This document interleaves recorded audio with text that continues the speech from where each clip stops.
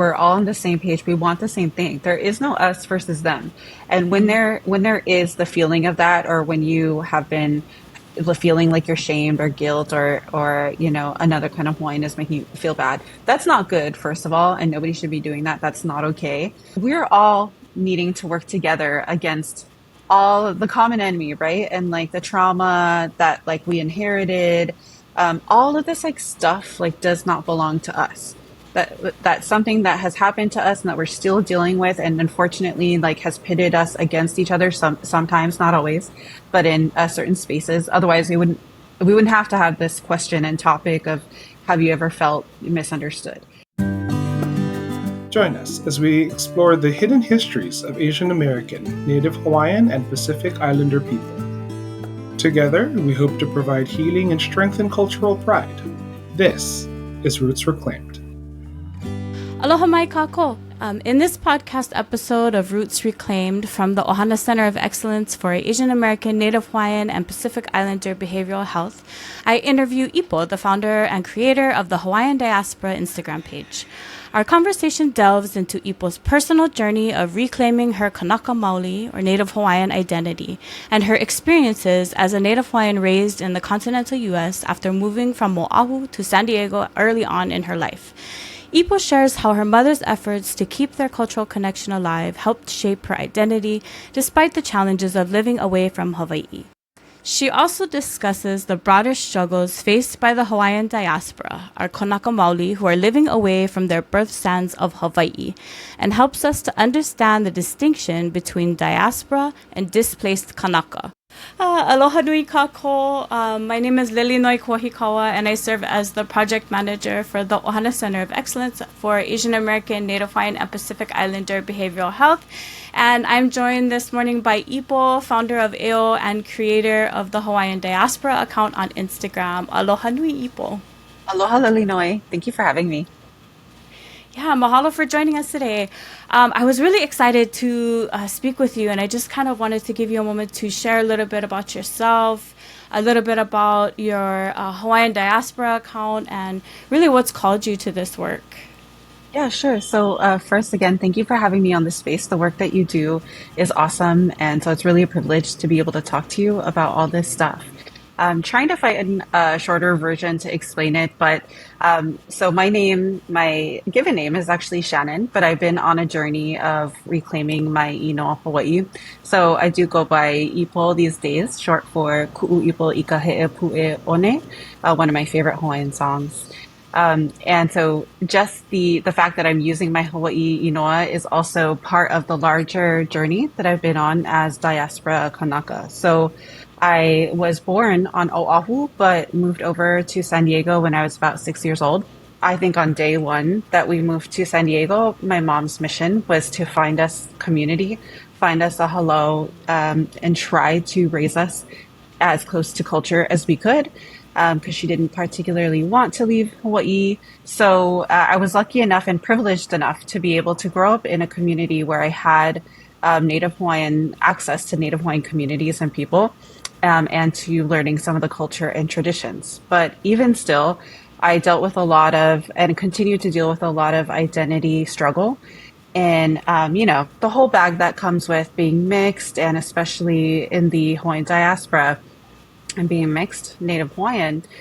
So years I was struggling with it, couldn't really find the words to express how I felt or how to address it. So a lot of the time I kind of was reluctant in really digging deeper, but it wasn't until I started moving around the continent, getting different jobs where either I was in a place that didn't have access to other Hawaiians, or was meeting other kinds of diaspora Hawaiians who had different experiences from me, where I started to realize there were a lot of similarities but differences in the Native Hawaiian diaspora experience that I think are important to address. That led me to have some big ideas about some goals that I really want to pursue that are going to benefit our diaspora Kanaka, which led me to creating this account called the Hawaiian Diaspora, where we have these psychologically safe and respectful conversations about anything and everything that has to touch on the Native Hawaiian diaspora. So that was a little bit of a mouthful, but kind of like the snippet of the work that I've been doing.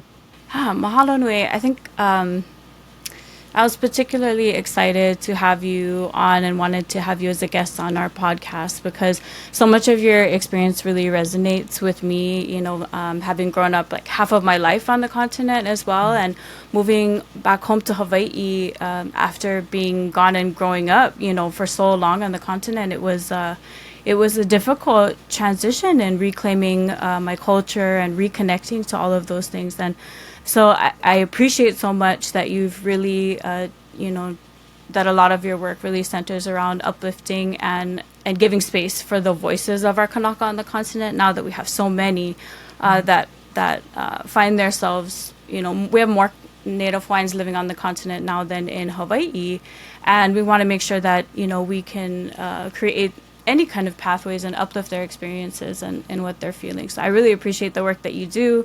And I think it's been so interesting to hear all of the responses, to see all of the responses reflected and see everyone feeling so safe to be able to share their experiences that, throughout the generations that have moved away, generations that are born on the continent. And, what does that look like? How do those experiences differ? So I kind of wanted to see if you wouldn't mind sharing a little bit about how some of those experiences do differ between those generations and the differing needs of these of our Kanaka communities in relation to their desire to or their access to be able to connect culturally or connect to Aina. Oof, I know that's such a good question. It's a loaded question, honestly, and we wouldn't ever have enough time to go over it. And so, the first thing I want to say is I don't consider myself the representation of all diaspora, of course. So although I have this account and I'm trying to do this work to help uplift others, I don't want to give the impression that I am the example or trying to represent diaspora because there are so many different experiences within that. And to that point, I also find it important the way that I go about this work is to make a distinction between the term diaspora and displaced. Diaspora is kind of a buzzword that we have been using a lot lately in the last year or so, I would say has started to pick up traction. And it makes sense because that the definition can appeal to whether or not your experience was diaspora or if you were displaced. So really it's anybody who lives away from their homeland. But I think particularly when we talk about Native Hawaiians, the continent, moving away from Hawaii, we should make that distinction between diaspora and displaced. Generally, I chalk that up to, I think of diaspora as those who are exclusively raised away from Hawaii, which most likely is on the continent. And then I think of displaced as any Native Hawaiians who had to make the action of moving away from Hawaii. And of course, there is a whole range of complexity in between that. But that in and of itself is such an interesting term and a label that we have been using to define or, for Kanaka to identify with. It was actually the first thing that I started to come across when I started talking about diaspora and using that term, because in my mind, I was trying to find our diaspora raised Kanaka, but I also was starting to gain traction and a following from who I would consider more displaced. So that can be an example of moving away because obviously the housing crisis in Hawaii, cost of living, those are kind of the obvious examples. But there are other experiences too. There are those who went to the continent for school and ended up staying there. There are those who married non-Hawaiians whose families were on the continent, and it was an opportunity for them to live their life there. There are other examples too of those that I would consider displaced.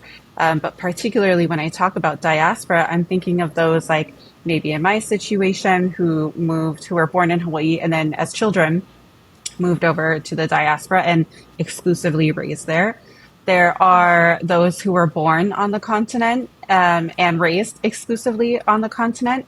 And between those two backgrounds, there's a variation in those who have traveled back to Hawaii on the summers to see their family or for whatever reason. But then there are those who were born and raised on the diaspora who have never stepped foot on the Aina. And even there is a whole range of those who had access to culture and who didn't have access to culture.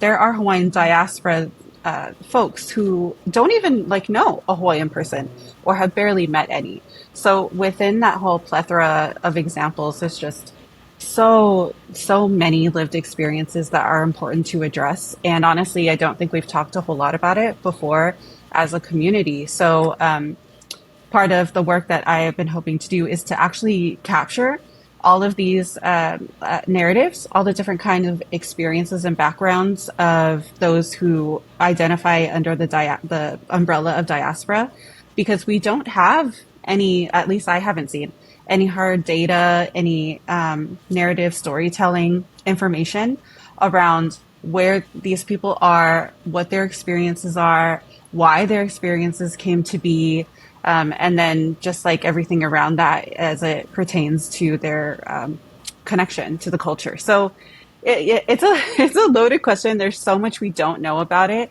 but that means that there's a lot of opportunity to learn. You're right. I don't think I've seen much data on those unique experiences at all. And I think a lot of the Native Hawaiians being a large population that our center focuses on, particularly in behavioral health, how do you see some of these experiences and impacting folks' overall mental health and overall wellness? Do you see that a lot in what folks are sharing with you?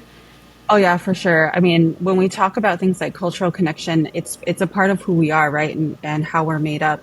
And the folks that I have talked to, I can relate deeply on an emotional level of how this impacted my mental health.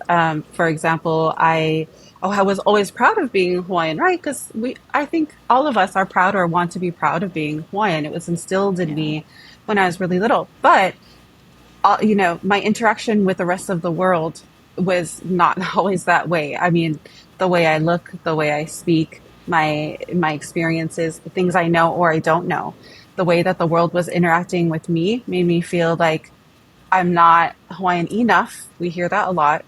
And I've heard that a lot from other folks. Or you're not really allowed to claim yourself as Hawaiian in whatever way that might be. So at least for me, I found that to be confusing, first of all, because I have such a love and a pride in being Hawaiian, and I want to share that with others. I want to live my life that way, but I'm being told through Hawaiians, non-Hawaiians, there's not a space for me.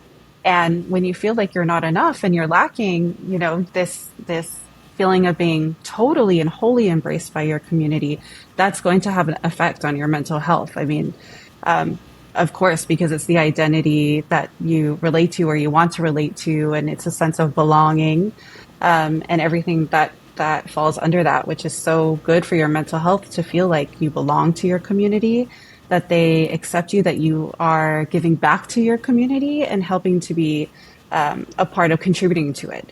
So although that's an example of mine, I have met plenty of folks who can totally relate to that. Yeah, that makes sense. And it makes sense just hearing a little bit about your story, being raised in an area that you were able to connect to other Hawaiian folks and be able to connect culturally, even in the community that you're being raised in California. Myself, being raised in a different part of California, there were no other Hawaiians in that area. It was very isolating. And so I would imagine across the U.S. there's these differing experiences and being able to connect and learn about your own self, like where do I come from, where do I fit. And I remember being teased a lot when I was younger as well, and having different experiences about my name and how long it was, being called names Right. and different things like that. I mean, it's always a struggle having to fit your name into that tiny little box when you're younger. Sorry, do you know how many letters are in my name? But yeah. It's so true. Even high school graduation, I mean, for me was that actually I had a situation, even having a lot of Islanders in the high school that I went to, and it was common for the announcers to try everybody's full name when they were graduating. I got a no. They told me no, they weren't going to try, and I was like, even if I spell it out phonetically, and they're like, no. Wow. In the end, I like really persisted, and they end up trying, and they butchered it like I thought they would. But the point is that it matters, and like representation matters. So, but exactly, I mean, it's the little things like that. the little things. I had a professor at one of the colleges that I attended that just used to call me the Hawaiian. It's like, and I wanted to have pride in that at the same time, not Yeah. realizing that, that's problematic, Yeah. But yeah, so I just wanted to maybe we could go over a few of the social media posts that you've done recently, because I know a lot of them have gotten a lot of traction lately. Could you remind me a little bit about one of the prompts? I know I felt pretty resonated. There was one prompt in particular. I think it was something about what is a question that makes you feel some type of way, right? Yes. I recently posted a question in my stories that was asking if diaspora raised Hawaiians have ever felt misunderstood by a Hawaii born and raised Hawaiian. And that I had my theories about what was going to come up in that conversation, but I've gotten a lot of response, a lot of strong responses, which is great, and I accept it. I want that. I encourage that. It was a really big topic that I think takes a lot more than obviously just a question posed on the stories of Instagram to dive into. But I can tell you some of my assumptions did come up. So I have a theory that a lot of diaspora raised Hawaiians have felt misunderstood by those who are born and raised in Hawaii. And there's a lot of variations about what that looks like, but essentially feeling some sort of a shameful, guilty, those who have made to feel like Hawaiians were condescending to them, different variations of that. And I want to make clear, though, that it's not implied to cause a divisiveness between diaspora raised and Hawaii raised. That's not at all what that's intended to do. It's to validate the experiences of diaspora raised Hawaiians who have felt this way, because I know I that's happened to me plenty of times. And I wasn't sure actually if that was isolated to me or to others until I started asking other diaspora raised Hawaiians. And I heard a common theme. Yes, that's happened to me too. So I posed the question to put it out there into the ether, into the internet, to ask other diaspora Hawaiians, is this your experience too? And so the majority of them said, yes, that has happened to me. I got a couple of responses saying, no, that never happened to me, which was actually really refreshing and great to hear. And then I got some responses that explained that obviously it's much more complicated than that, right? That Hawaii raised Hawaiians are not targeting continental Hawaiians or diaspora raised Hawaiians, which of course, like, absolutely. And why, if and when that does come up, there's a greater reason for it. So my fingers were kind of cramping by the end of the weekend because I was trying to get to everybody who responded, and I'm still trying to go through it, but it's such a loaded conversation. Yeah, I would imagine so. I think, speaking for myself, that raised a lot for me too, and the experiences probably that other Native Hawaiians also have if they do move back to Hawaii, like myself, and trying to explain those experiences to folks that were born and raised here. Like, I live in Hawaii now. I was born here, but I lived, on the continent for most of my early youth and growing up, although I came back and forth to Hawaii in the summers every year. But still, that was a very different experience than a lot of other folks that were born and raised here their entire lives. And just explaining, what that looks like for my own experiences has always been interesting. And that a simple question like, where'd you go to school? Or like, where you from is not a simple question for many Kanaka that are raised on the continent. It's not that simple. It's like, I have a whole mo'olelo for you. Do you have some time? 'Cause I'm going to give you my whole origin story right now. Yeah, like I can imagine that probably elicited a lot of really a good amount of responses. And I think one of the coolest things that I saw while looking through different responses on your Instagram page is just the overwhelming voice of folks that are saying, oh, I didn't realize I wasn't alone. Like, I thought I was alone, the only one that was experiencing these types of issues. And really, like, it's while all of folks' experiences throughout the continent is different, it's still, there are a lot of similarities, and it feels not as isolating to know that you're not alone. And so that's, I think, a really vital aspect of what you bring to the table here. So I'm really glad that you started this page. I was going to say mahalo for that. I really appreciate that. And, I struggled myself with whether or not I was going to start that account. Am I the right person to do it? I worry about putting myself out there because for somebody, I'm a lot stronger in my cultural identity right now. I'm still working through it. But even with the vulnerability that I have, I really ask myself, do I really want to put myself out there because I'm exposing myself to all of these things that I have heard in my experiences, like on a larger platform. And, it's hard. And so like, I'm worried about like people telling me that I don't have any ground to stand on, that, what if they say I'm not Hawaiian enough, blah, blah, blah. So just that vulnerability is really difficult. But when I get those responses that say, like a sigh of relief, like I'm finding other people who have had similar experiences, like, thanks for having these conversations. Like, it makes it all worth it because that's what we need to do. We haven't outright talked about this. And this is the biggest reason why I'm really pushing for these conversations, is because I hear trending sentiments among other diaspora Hawaiians that's like, I didn't have anybody to talk to about this. I don't see anybody else talking about this. And even like from my own experiences, I've tried asking these questions to, folks in our community, outright asking, can I call myself Hawaiian? Of course, like I have Coco, and if you have Coco, that's what matters. But even on the basic level of, can I call myself Hawaiian? Should I refer to myself as Hapa?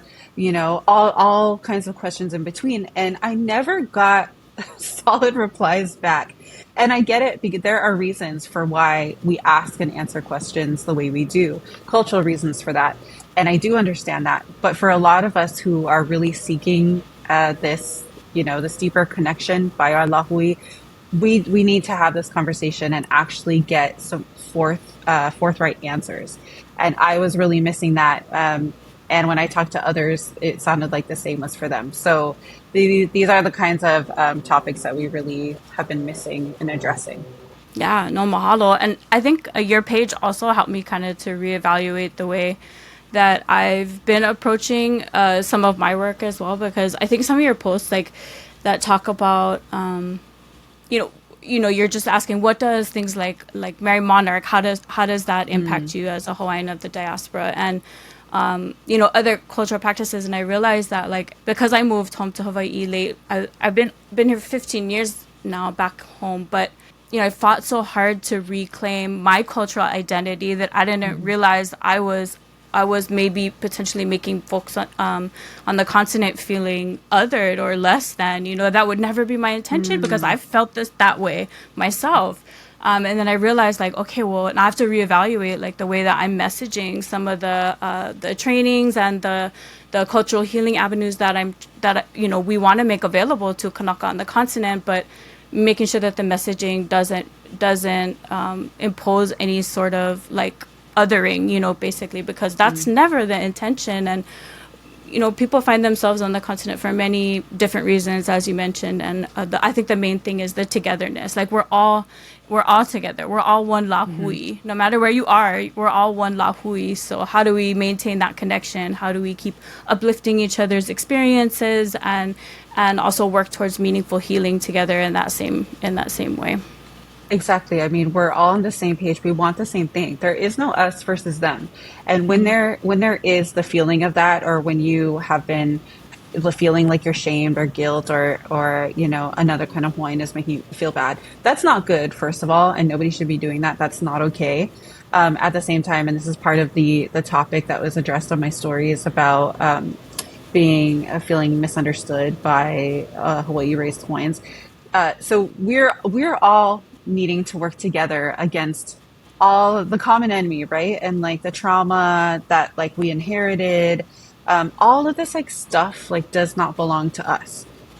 That's something that has happened to us and that we're still dealing with, and unfortunately like has pitted us against each other sometimes, not always, but in certain spaces. Otherwise we wouldn't have to have this question and topic of have you ever felt misunderstood. Again, it's not a matter of like us versus them. We all want the same thing. We all love to be Hawaiian. We all have ancestors that we want to feel deeper connected to. We have this huge sense of aloha aina. Like we're all, I'm like getting chicken skin as I say this and emotional because like that's what this is all about.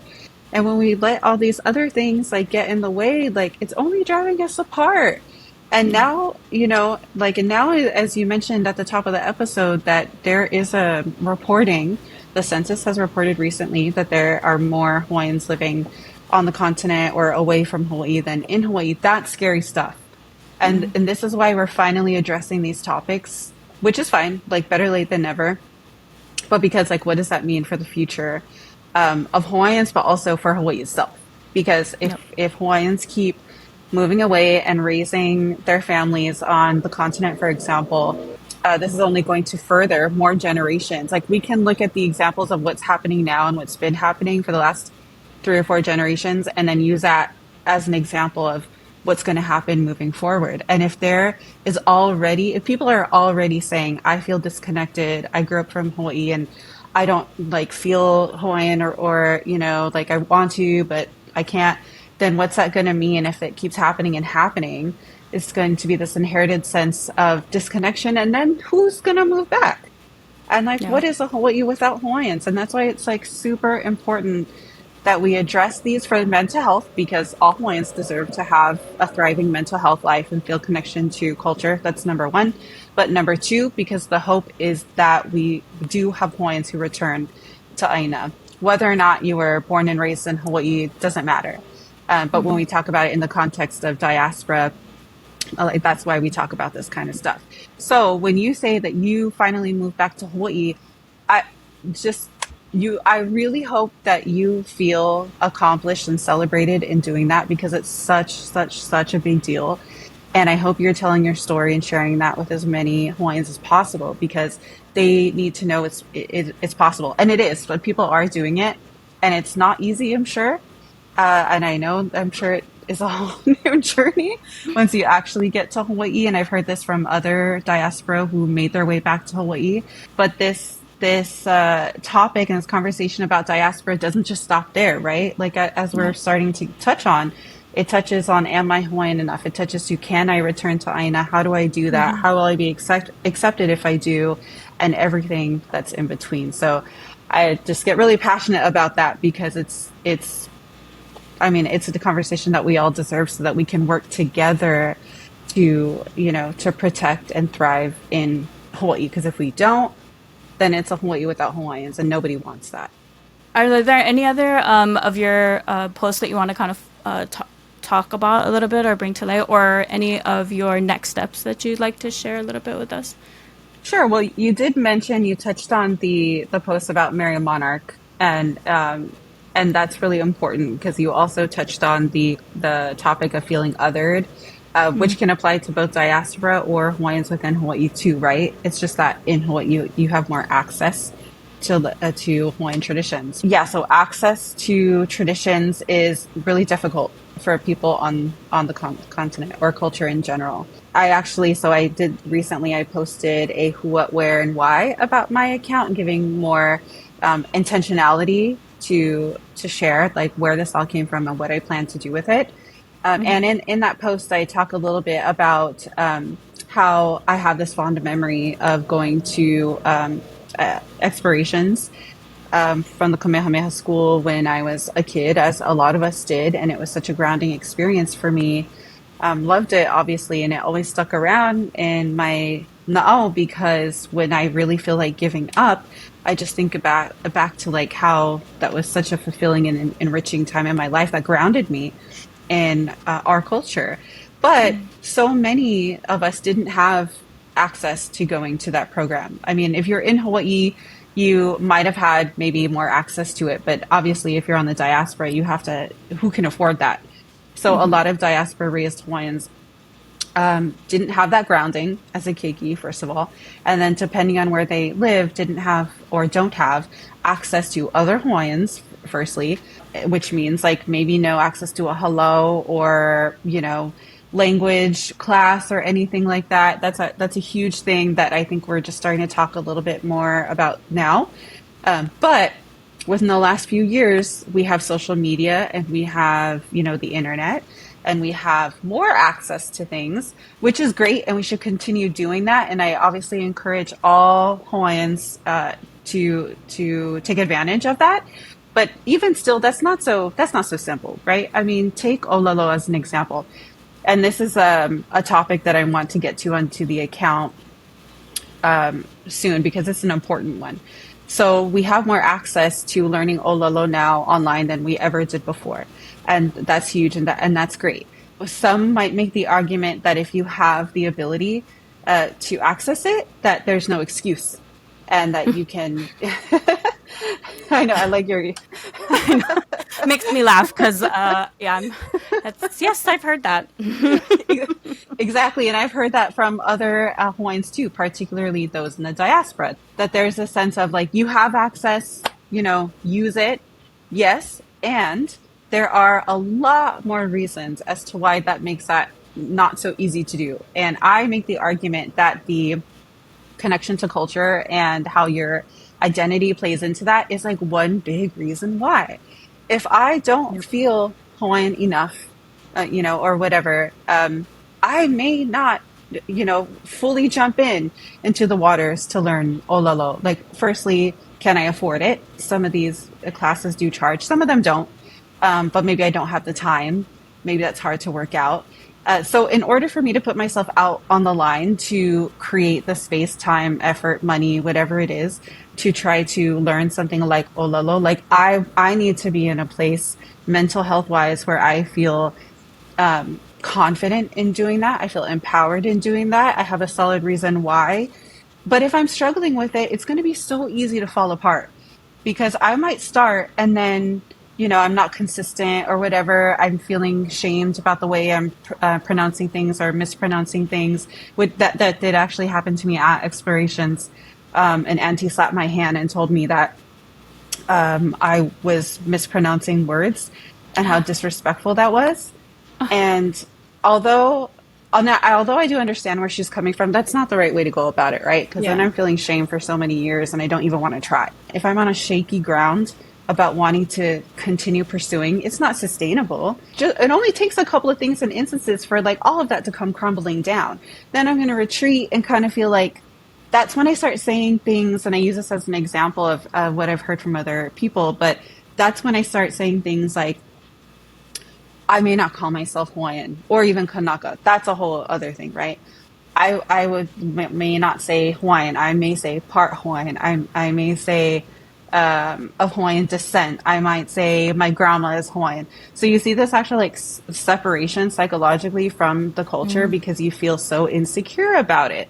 And if you don't feel like confident or empowered or, have a solid ground to stand on, you're not going to actually like fully use the privileges and the access to resources if they're available. So that's kind of going off on a tangent, but it's so important for us to talk about how, yes, like there are cultural things that we should, and I encourage everybody to learn if you can, but there's some other work that we have to do too, so that once we do approach these resources, it sticks around for a long time. And important to note that it doesn't have to be certain kinds of things, right? Like you're not only Hawaiian if you dance hula, you're not only Hawaiian if you speak Olelo, or if you Olelo.